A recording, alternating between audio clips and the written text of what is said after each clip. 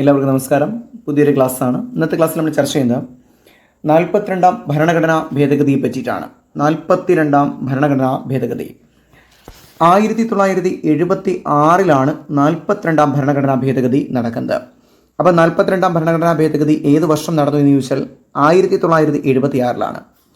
1976 42ാം ഭരണഘടനാ ഭേദഗതി നടക്കുന്ന സമയത്ത് പ്രധാനമന്ത്രി ഇന്ദിരാഗാന്ധി, അതുപോലെ ആ സമയത്ത് പ്രസിഡന്റ് ഫക്രുദ്ദീൻ അലി അഹമ്മദ്. ഓക്കെ, ആ രണ്ട് പോയിന്റ് ക്ലിയർ അല്ലേ? 1976 42ാം ഭരണഘടനാ ഭേദഗതി. 42ാം ഭരണഘടനാ ഭേദഗതി നടക്കുന്ന സമയത്ത് പ്രധാനമന്ത്രി ആരായിരുന്നു? ഇന്ദിരാഗാന്ധി. അതുപോലെ പ്രസിഡന്റ് ആരായിരുന്നു? ഫക്രുദ്ദീൻ അലി അഹമ്മദ്. ഓക്കെ അല്ലേ? ഇനി 1976 42ാം ഭരണഘടനാ ഭേദഗതിക്ക് ശുപാർശ ചെയ്ത കമ്മിറ്റി എന്ന് ചോദിച്ചു കഴിഞ്ഞാൽ അത് സൊറൻ സിംഗ് കമ്മിറ്റിയാണ്. ഏത് കമ്മിറ്റിയാണ്? സൊറൻ സിംഗ് കമ്മിറ്റി. ഓക്കെ, ചോദ്യം പ്രീവിയസ് ക്വസ്റ്റ്യൻ ഉണ്ടായിട്ടുണ്ട്. സൊറൻ സിംഗ് കമ്മിറ്റിയുടെ ശുപാർശ പ്രകാരം നിലവിൽ വന്ന ഭരണഘടനാ ഭേദഗതി ഏതാണ്? 42ാം ഭരണഘടനാ ഭേദഗതിയാണ്. അപ്പം 1976 42ാം ഭരണഘടനാ ഭേദഗതിക്ക് ശുപാർശ ചെയ്ത കമ്മിറ്റിയുടെ പേരാണ് സൊറൻ സിംഗ് കമ്മിറ്റി. ഓക്കെ, ഇനി 1976 42ാം ഭരണഘടനാ ഭേദഗതി കുറേ ഏറെ വിഷയങ്ങളിൽ മാറ്റങ്ങൾ വരുത്തി, ഭേദഗതികൾ വരുത്തി. അതുകൊണ്ട് തന്നെ അതിനെ നമ്മൾ വിളിക്കുന്ന പേരാണ് മിനി കോൺസ്റ്റിറ്റ്യൂഷൻ. അപ്പം മിനി കോൺസ്റ്റിറ്റ്യൂഷൻ എന്നറിയപ്പെടുന്ന ഭരണഘടനാ ഭേദഗതി 42. ഏതാണ്? 42. ഓക്കെ അല്ലേ? അപ്പോൾ ഇത്രയും പോയിന്റ് നമുക്ക് ക്ലിയർ ചെയ്യാം. 42ാം ഭരണഘടനാ ഭേദഗതി 1976 നടക്കുന്നു. ആ സമയത്തെ പ്രധാനമന്ത്രി ഉറപ്പിച്ചു നമ്മൾ ഇന്ദിരാഗാന്ധി, പ്രസിഡന്റ് ഫക്രുദ്ദീൻ അലി അഹമ്മദ്, ശുപാർശ ചെയ്ത കമ്മിറ്റി ഏതാ? അത് സൊറൻ സിംഗ് കമ്മിറ്റിയാണ്. മിനി കോൺസ്റ്റിറ്റ്യൂഷൻ എന്നറിയപ്പെടുന്ന ഭരണഘടനാ ഭേദഗതിയാണ് 42ാം ഭരണഘടനാ ഭേദഗതി. ഓക്കെ അല്ലേ? ഇനി നമുക്ക് ഈ 42ാം ഭരണഘടനാ ഭേദഗതിയിലൂടെ വന്ന മാറ്റങ്ങൾ നോക്കാം. ആദ്യം ആമുഖത്തിൽ ഒരു മാറ്റം വരുത്തി, അല്ലെങ്കിൽ നമുക്ക് ഇങ്ങനെ പറയാം, ആമുഖം ഒരേ ഒരു തവണ മാത്രമാണ് ഭേദഗതി വരുത്തിയത്. അത് ഏത് ഭേദഗതിയാണ്? 42ാം ഭേദഗതിയാണ്. 1976 42ാം ഭരണഘടനാ ഭേദഗതിയിലൂടെ ആമുഖത്തിൽ എന്ത് മാറ്റമാണ് വന്നത്? ആമുഖത്തിലേക്ക് 3 പുതിയ പദങ്ങൾ കൂട്ടിച്ചേർക്കുന്നു. ക്ലിയർ ആണല്ലോ? 42ാം ഭരണഘടനാ ഭേദഗതിയിലൂടെ ആമുഖത്തിലേക്ക് 3 പുതിയ പദങ്ങൾ കൂട്ടിച്ചേർക്കുന്നു. ഒന്നാമത്തെ പദം സ്ഥിതി സമത്വം അല്ലെങ്കിലോ സോഷ്യലിസം. നമ്മൾ കേട്ടിട്ടുള്ള സുപരിചിതമായ പദമാണ് സോഷ്യലിസം അഥവാ സ്ഥിതി സമത്വം. ഓർത്തോണേ ആ പദം, സ്ഥിതി സമത്വം. മതേതരത്വം, അതുപോലെ തന്നെ അഖണ്ഡത. അതിന് പകരമായി, അഖണ്ഡതയ്ക്ക് പകരമായി അവിഭാജ്യത എന്ന് പറയുന്ന ഒരു പദം കൂടി നമ്മൾ ഓർത്തു വെക്കണം. ക്ലിയർ ആണല്ലോ? അപ്പോൾ ആമുഖത്തിൽ എന്ത് മാറ്റം വന്നു? 3 പുതിയ പദങ്ങൾ കൂട്ടിച്ചേർക്കുന്നു. ആ പദങ്ങൾ നമുക്ക് ക്ലിയർ ആയി. സ്ഥിതി സമത്വം, മതേതരത്വം, അഖണ്ഡത. ഓക്കെ അല്ലേ? ഇനി 2 പുതിയ ഭാഗങ്ങൾ, പാർട്ടുകൾ കൂട്ടിച്ചേർക്കുന്നു. അത് ഏതൊക്കെയാണെന്ന് ചോദിച്ചാൽ നമ്മൾ ഇങ്ങനെ പഠിച്ചോണം. 4A-യും 14A-യും. ഏതൊക്കെയാണ്? 4A-യും 14A-യും കൂട്ടിച്ചേർക്കുന്നു. എന്താണ് 4A? മൗലിക കടമകളെ പറ്റിയാണ് 4Aയിൽ പറയുന്നത്. അപ്പോൾ മൗലിക കടമകൾ ഭരണഘടനയിൽ ഉൾപ്പെടുത്തിയ ഭേദഗതി ഏത്? നിങ്ങൾ പറയണം, ഏതാണ്? 42ാം ഭരണഘടനാ ഭേദഗതിയാണ്. അപ്പം 4A 42ാം ഭരണഘടനാ ഭേദഗതിയിലൂടെ കൂട്ടിച്ചേർത്തു എന്ന് ഓർത്തോണം. അതുപോലെ 4Aയിൽ പരാമർശിക്കുന്നത് മൗലിക കടമകളാണ്. മൗലിക കടമകൾ അല്ലെ? മൗലിക കടമകൾ എന്ന് പറയുന്ന ആശയം നമ്മൾ കടമെടുത്തത് USSRൽ നിന്നാണ്. എവിടെ നിന്നാണ്? USSR. ഓക്കെ ആണല്ലോ? ഇനി 14A കൂട്ടിച്ചേർത്തു. എന്താണ് 14A? അഡ്മിനിസ്ട്രേറ്റീവ് ട്രിബ്യൂണലാണ്. അഡ്മിനിസ്ട്രേറ്റീവ് ട്രിബ്യൂണൽ ഇന്ത്യൻ ഭരണഘടനയിൽ ഉൾപ്പെടുത്തിയത് ഏത് ഭേദഗതി പ്രകാരമാണ്? 42ാം ഭരണഘടനാ ഭേദഗതി പ്രകാരമാണ്. അപ്പോൾ ആമുഖത്തിൽ 3 പദങ്ങൾ കൂട്ടിച്ചേർത്തു. ക്ലിയർ ആണ്. 2 പുതിയ ഭാഗങ്ങൾ, പാർട്ടുകൾ കൂട്ടിച്ചേർക്കുന്നു. അതേതൊക്കെയാണ്? 4A-യും 14A-യുമാണ്. ഓക്കെ അല്ലേ?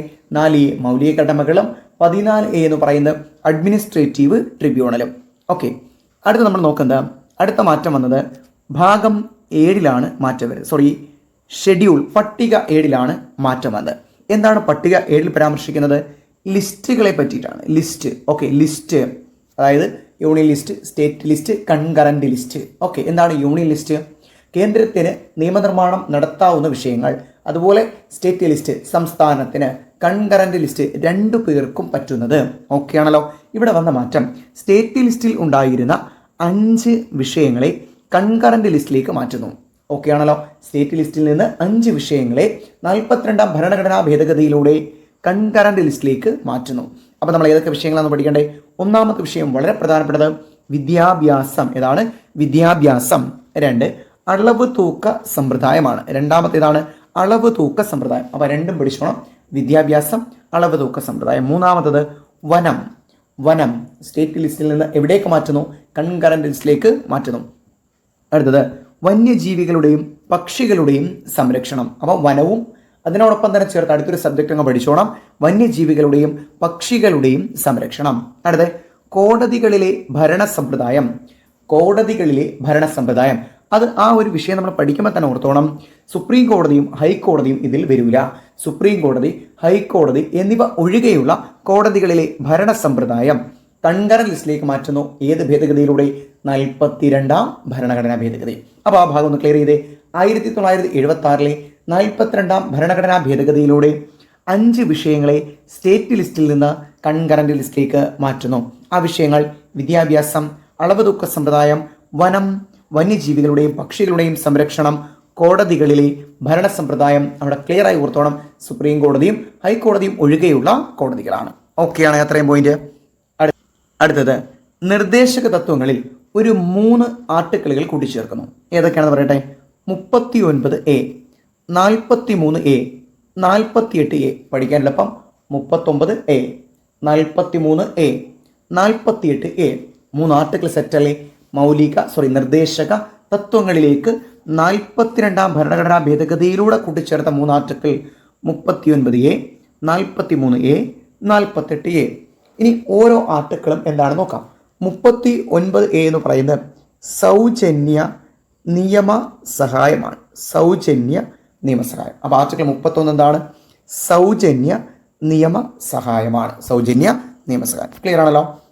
അടുത്ത നമുക്ക് നോക്കലുണ്ട് 43A ആണ്. 43A എന്താണ്? 43A സിമ്പിളായി പഠിച്ചോണം. 43A എന്ന് പറഞ്ഞാൽ വ്യവസായ സ്ഥാപനം. ഓക്കെ, ഒരു വ്യവസായ സ്ഥാപനം. ആ വ്യവസായ സ്ഥാപനത്തിൻ്റെ മാനേജ്മെൻറ്റിൽ തൊഴിലാളികൾക്ക് കൂടി പങ്കാളിത്തം. ഓക്കെ ആണല്ലോ. ഒരു വ്യവസായ സ്ഥാപനത്തിലെ മാനേജ്മെൻറ്റിൽ തൊഴിലാളികൾക്ക് കൂടി പങ്കാളിത്തം നൽകുക എന്നുള്ളതാണ് ഏത് ആർട്ടിക്കിളിൽ പറയുന്നത്? നമ്മുടെ 43A പറയുന്നത്. അപ്പോൾ 2 ആർട്ടിക്കിൾ ഓക്കെ അല്ലേ? 39A എന്താണ്? സൗജന്യ നിയമസഹായം. ക്ലിയർ. 43A വ്യവസായ സ്ഥാപനങ്ങളുടെ മാനേജ്മെൻറ്റിൽ തൊഴിലാളികൾക്കും അവസരം നൽകണം. ക്ലിയർ അല്ലേ? ഇനി 48A. 48A എന്ന് പറഞ്ഞാൽ ഒന്നുമില്ല, പരിസ്ഥിതി സംരക്ഷണമാണ്. ഓർത്തോണം. 48A എന്ന് പറയുന്നത് പരിസ്ഥിതി സംരക്ഷണം. പരിസ്ഥിതി സംരക്ഷണം. അപ്പോൾ 3 ആർട്ടിക്കിൾ ഓക്കെ അല്ലേ? അടുത്ത് നമ്മൾ നോക്കുന്നത് 42ാം ഭരണഘടനാ ഭേദഗതിയിലൂടെ പാർലമെന്റിന്റെ കാലാവധി വ്യത്യാസം വരുന്നു. നമ്മുടെ മനസ്സിൽ പാർലമെന്റ് കാലാവധി എന്ന് പറഞ്ഞാൽ എത്ര വർഷം വരുന്നത്? 5 വർഷമല്ലേ? ഈ ഭേദഗതിയിൽ 5 വർഷം എന്നതിനെ 6 വർഷമായിട്ട് കൂട്ടി. ഓക്കെ. അപ്പോൾ 5 വർഷം ആയിരുന്ന പാർലമെന്റിന്റെ കാലാവധി 6 വർഷമാക്കി കൂട്ടിയ ഭേദഗതി എന്ന് ചോദിച്ചാൽ നമ്മൾ പറയും 42ാം ഭരണഘടനാ ഭേദഗതിയാണ്. ഓക്കെ അല്ലേ? ഇനി നേരെ ഈ 6 വർഷത്തെ 5 വർഷമായിട്ട് തിരികെ കൊണ്ടുവരുന്നുണ്ട്. അത് മൊറാർജി ദേശായിയുടെ ഭേദഗതിയാണ്. ആ ഭേദഗതി 44 ഓർത്താൽ മതി. ഓക്കെ. ഇനി ഈ 42ാം ഭരണഘടനാ ഭേദഗതിയിലൂടെ നമ്മുടെ കോടതികളുടെ ചില അധികാരങ്ങൾ വെട്ടിച്ചുരുക്കുന്നു. അതിൽ പ്രധാനപ്പെട്ടതാണ് writ judicial review. Writ judicial review. Supreme കോടതിയുടെയും ഹൈക്കോടതിയുടെയും റിട്ട് അധികാരം, ജുഡീഷ്യൽ റിവ്യൂ എന്നിവയിൽ എന്തോന്ന് പരിമിതികൾ ഏർപ്പെടുത്തി. എന്താണ് റിട്ട് എന്ന് പറഞ്ഞാൽ? നമുക്ക് ഏതെങ്കിലും ഒരു മൗലിക അവകാശം ലഭിച്ചില്ലെങ്കിൽ നമുക്ക് കോടതിയെ സമീപിക്കാം. അങ്ങനെ കോടതിയെ സമീപിക്കുന്ന സമയത്ത് കോടതികൾ പുറപ്പെടുവിക്കുന്ന ഉത്തരവ് റിട്ട്. കടമെടുത്ത് എവിടുന്ന? ബ്രിട്ടനിൽ നിന്നാണ്. ഓക്കെ അല്ലേ? അടുത്ത ജുഡീഷ്യൽ റിവ്യൂ. എന്താണ് ജുഡീഷ്യൽ റിവ്യൂ? നമുക്കറിയാം ജുഡീഷ്യൽ റിവ്യൂ ആർട്ടിക്കിൾ എത്രയാണ്? 13 ജുഡീഷ്യൽ റിവ്യൂ പറയുന്നത്. എന്താണ് ജുഡീഷ്യൽ റിവ്യൂ എന്ന് പറഞ്ഞു കഴിഞ്ഞാൽ? അതായത് നമ്മൾ സാധാരണഗതിയിൽ നിയമനിർമ്മാണം നടത്തുന്നത് നിയമനിർമ്മാണ സഭ അല്ലെങ്കിൽ നമ്മുടെ പാർലമെൻറ്റാണ്. ഇത്തരത്തിൽ പാർലമെൻറ്റ് നിർമ്മിക്കുന്ന നിയമങ്ങൾ ഭരണഘടനാനുസൃതമാണോ എന്ന് പരിശോധിക്കാനുള്ള സുപ്രീം കോടതിയുടെ അധികാരമാണ് ജുഡീഷ്യൽ റിവ്യൂ. ക്ലിയർ ആണല്ലോ? ജുഡീഷ്യൽ റിവ്യൂ എന്ന് പറയുന്ന ആശയം നമ്മൾ കടമെടുത്തത് എവിടെ നിന്നാണ്? അത് USA നിന്നാണ്, അമേരിക്കയിൽ നിന്നാണ് ആശയം കടമെടുത്തത്. ഓക്കെ അല്ലേ? അപ്പോൾ റിട്ട്, ജുഡീഷ്യൽ റിവ്യൂ എന്നീ അധികാരങ്ങൾ എന്ത് ചെയ്യുന്നു? വെട്ടിച്ചുരുക്കുന്നു. അത്രയും ഓക്കെ അല്ലേ? ഇനി പാർലമെന്റിന്റെ ക്വാറം. എന്താണ് പാർലമെന്റിന്റെ ക്വാറം എന്ന് പറഞ്ഞു കഴിഞ്ഞാൽ? പാർലമെന്റ് സമ്മേളിക്കാനായിട്ട് മിനിമം വേണ്ട ആളുകളുടെ എണ്ണം പാർലമെന്റിന്റെ ക്വാറം. ഈ പാർലമെന്റിന്റെ ക്വാറം എന്ത് ചെയ്യുന്നു? എടുത്തു കളയുന്നു 42ാം ഭരണഘടനാ ഭേദഗതിയിലൂടെ. പാർലമെന്റിന്റെ ക്വാറം ഇല്ലാതാക്കിയ ഭരണഘടനാ ഭേദഗതി എന്ന് ചോദിച്ചാൽ 42ാം ഭരണഘടനാ ഭേദഗതിയാണ്. അടുത്ത പോയിന്റ്, സംസ്ഥാനങ്ങളിലെ രാഷ്ട്രപതി ഭരണം. സംസ്ഥാനങ്ങളിലെ രാഷ്ട്രപതി ഭരണം ഒരു തവണ 6 മാസമായിരുന്നു രാഷ്ട്രപതി ഭരണം നമുക്ക് കൊണ്ടുവരാൻ പറ്റുക. അത് ഈ ഭരണഘടനാ ഭേദഗതിയിലൂടെ എന്താക്കി, 1 വർഷമാക്കി മാറ്റി. ഓക്കെ ആണല്ലോ. അപ്പം 6 മാസമായിരുന്ന സംസ്ഥാനങ്ങളിലെ രാഷ്ട്രപതി ഭരണത്തെ ഒരു തവണത്തേക്ക് 1 വർഷത്തേക്ക് വർദ്ധിപ്പിച്ച ഭേദഗതി എന്ന് വെച്ചാൽ ഏതാണ്? 42ാം ഭരണഘടനാ ഭേദഗതിയാണ്. ആ പോയിന്റ് ഓക്കെ ആണല്ലോ. അപ്പം സംസ്ഥാനങ്ങളിലെ രാഷ്ട്രപതി ഭരണം 6 മാസത്തിൽ നിന്ന് 1 വർഷമാക്കി ഉയർത്തി. ക്ലിയർ? അടുത്തത്, അനുച്ഛേദം 368 ഒരു ഭേദഗതി വരുത്തി. എന്താണ് അനുച്ഛേദം 368? ഭരണഘടനാ ഭേദഗതിയാണ്. അതായത് നമ്മുടെ പാർലമെന്റിന് ഭരണഘടനാ ഭേദഗതി നടത്താം, അത് കോടതികൾക്ക് പോലും ചോദ്യം ചെയ്യാൻ അവകാശമില്ല എന്ന് കൊണ്ടുവന്ന ഭേദഗതി കൂടിയാണ് എന്ന് പറയുന്ന നമ്മുടെ 42ാം ഭേദഗതി. അപ്പോൾ ഓർത്തോണം, 368ലും എന്ത് വരുത്തിയിട്ടുണ്ട്? ഒരു ഭേദഗതി വരുത്തിയിട്ടുണ്ട് എന്ന് ഓർക്കുക. ക്ലിയർ ആണല്ലോ.